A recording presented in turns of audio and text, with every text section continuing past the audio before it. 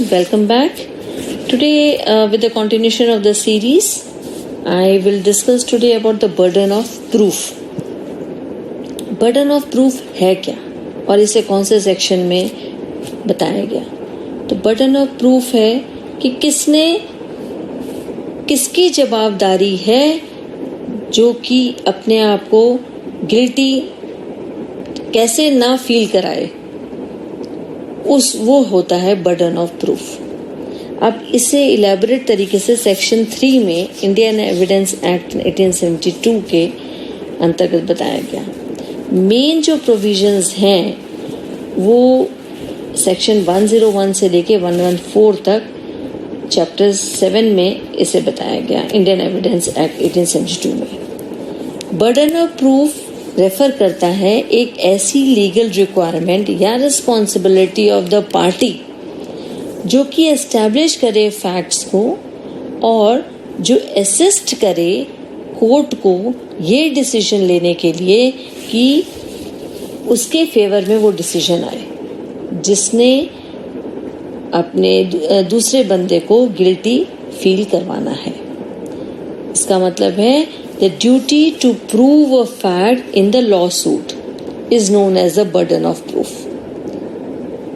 जिसकी ड्यूटी है जो लॉ सूट में ये प्रूफ कराए कि दूसरा बंदा जिस पे उसने एलिगेशन लगाए हैं वो गलत है, उसके ऊपर ये बर्डन ऑफ प्रूफ है।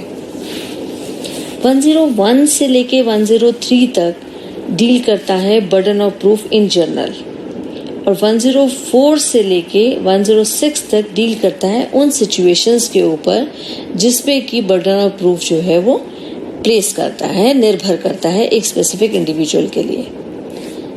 द टर्म एविडेंस जो है उसको सिर्फ सेक्शन 3 में डिफाइन किया गया इंडियन एविडेंस एक्ट के 1872 में। और एविडेंस जो है वो इंक्लूड करता है दो प्रकार के एविडेंसेस, पहला ओरल एविडेंस और दूसरा डॉक्यूमेंट्री एविडेंस। ओरल एविडेंस का मतलब है जो कि हम ओरली बताते हैं, जो भी स्टेटमेंट्स हैं जो कि कोर्ट को परमिसिबल हैं उनको हम ओरल स्टेटमेंट्स कहते हैं। डॉक्यूमेंट्री स्टेटमेंट जैसे वर्ड स्पेसिफाई ही कर रहा है, जो डॉक्यूमेंट्स हैं, जो रिकॉर्ड्स हैं, चाहे वो इलेक्ट्रॉनिक हों, उनको हम डॉक्यूमेंट्री एविडेंसेस कहते हैं। अब ये दो प्रकार के जो एविडेंसेस हैं ये प्रूफ करें कोर्ट में या डिसअप्रूव हो अपनी आर्ग्यूमेंट्स के द्वारा। दो टाइप के एविडेंसेस हैं। द कोर्ट एनालाइज करेगा और इनके अपनी फेयर और जस्ट जजमेंट इनके ऊपर आधारित है और वो देगा।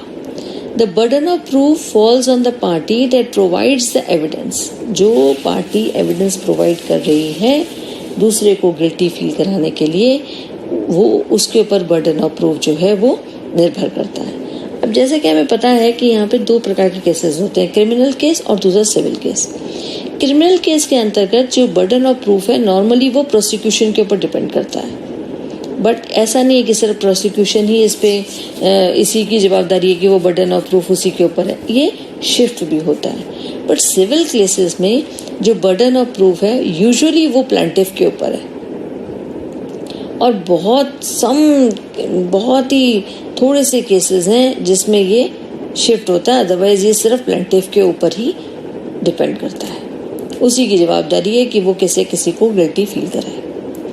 Burden of proof civil cases में अगर हम इलैबोरेट तरीके से थोड़ा सा इसको ध्यान दें तो सिविल केसेस में बर्डन ऑफ प्रूफ जैसे हमने आपको बताया कि यूजुअली ये प्लेंटिफ के होता है, प्रूफ करना होता है उसको, बट कभी कभी जाकर के ये डिफेंडेंट के ऊपर शिफ्ट हो जाता है।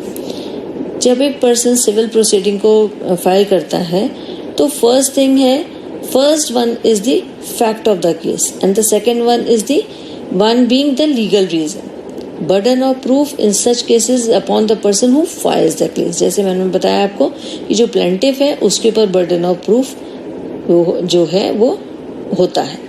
This means that if the plaintiff is unable to provide evidences and to proof और is not able to proof, proper defence वो प्रूफ नहीं कर सकता अपने केस को विन करने के लिए, तो ये जो है वो डिफेंडेंट जो है उसके ऊपर बर्डन ऑफ प्रूफ होएगा और वो अपने कंसेप्ट को क्लियर करेगा।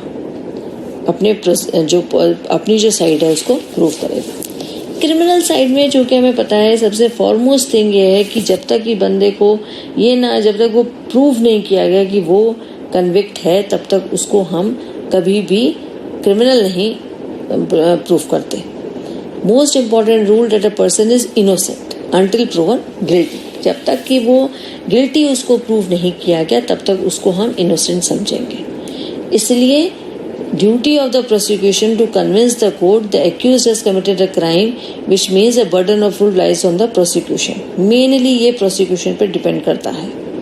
बर्डन ऑफ प्रूफ जो है वो चेंज होता है and when it is accused claims one of the exceptions to the crime. Criminal cases में नॉर्मली जो प्रोसिक्यूशन है उसके ऊपर, जैसे हमने बताया आपको, बार बार मैं बता रही हूँ आपको कि प्रोसिक्यूशन के ऊपर बर्डन ऑफ प्रूफ होता है, बट सम केसेस में ये शिफ्ट होता है। एक एग्जांपल अगर हम इसकी लें तो एक burden of proof shall lie upon the accused to prove such exceptions. वो ही बताया कि भाई मेरे पे जो बर्डन ऑफ प्रूफ है, मैं गिल्टी प्रूवन नहीं होऊंगा, तो वो शिफ्ट हो जाएगा।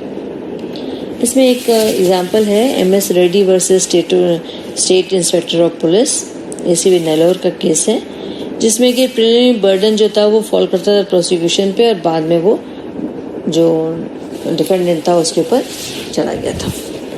इसमें पहले जैसे और इसमें इम्पॉर्टेंट है कि प्रोसिक्यूशन की case to establish a case upon its own finding, उसने अपने ओन फाइंडिंग करी और उसने प्रूफ किया कि वो गिल्टी नहीं है। अब इसमें दो बर्डन ऑफ प्रूफ में सबसे बड़ी बात दो आती हैं। एक तो owners of proof. Owners of proof क्या है? ओनर्स ऑफ प्रूफ किसी भी इसमें एविडेंस एक्ट में स्पेसिफाई नहीं किया गया, but clause relating to it included the act and several court decisions. सबसे फॉरमोस्ट ये है कि एक कॉमन प्रिजम्पशन होती है क्रिमिनल लॉ में that prosecutor's responsibility to prove the standard of evidence in the court, but where the accused is called upon to prove the burden, this is referred to as the onus of proof. इसका मतलब क्या हुआ कि सबसे पहले तो उसकी एक जो प्रोसिक्यूटर है, प्रोसिक्यूशन है उसके ऊपर रिस्पॉन्सिबिलिटी होती है, बट अगर उसको दूसरा डिफेंडेंट है उसको अगर ये प्रूफ करना पड़े कि नहीं भाई वो गिल्टी नहीं है, तो इसका मतलब है कि ओनस जो है जो प्रूफ करने का वो अब इस पे आ गया है डिफेंडेंट के ऊपर। जैसे इसमें जो भी both of these conditions are fact in dispute. जो भी ये जो दो कंडीशंस हैं, एक ने तो बता दिया कि भाई ये इसकी गिल्टी है। अब वो जो गिल्टी बंदा जो प्रूफ जिसको किया गया है, तो वो बर्डन ऑफ प्रूफ चूंकि प्रोसिक्यूशन पे है, बट ओनस जो है वो किस पे हो जाएगा? दूसरे पे, जो ये अपने आप को प्रूफ कर रहा है कि नहीं भाई मैं गिल्टी नहीं हूँ। तो ओनर्स ऑफ प्रूफ फर्स्ट जो था वो प्रोसिक्यूशन पे था और बाद में वो डिफेंडेंट पे गया। जो सेकंड है वो फैक्टा प्रोवेंस है। इसका मतलब प्रूविंग अ फैक्ट, जो उसने दिया है बर्डन ऑफ प्रूफ में, जो उसने बताया है, तो प्रूफ जो करना है वो फैक्टा प्रोवेंस में फैक्ट्स प्रस्तुत करे वो कि ये फैक्ट्स हैं, इसलिए अब वो गिल्टी नहीं है। प्रिंसिपल्स जो हैं इसमें which burden of proof works, onus probandi, जैसे मैंने आपको बताया कि एक सिंपल टर्म है, means the obligation of a party to provide sufficient proof for their position in dispute. Sufficient proofs दे वो कि भाई मैं गिल्टी नहीं हूँ। और फैक्टा प्रोवेंस क्या होता है? मीन्स अ फैक्ट और a statement of facts which are offered in case of evidences to proof of another. वो दूसरा जो है फैक्ट्स प्रोड्यूस करे। How burden of proof works. अब हमें बर्डन ऑफ प्रूफ काम कैसे करता है? बर्डन ऑफ प्रूफ जो है वो एक लीगल टर्म है जो कि that refers to the need to justify one's claim. जो प्रोसिक्यूटर है वो ये प्रूफ करे कि वो क्राइम जो कमिट किया है बाय एन एक्यूज्ड, वो किसने अपने फैक्ट्स को प्रस्तुत करे और उसके ऊपर उसका बर्डन ऑफ प्रूफ होता है।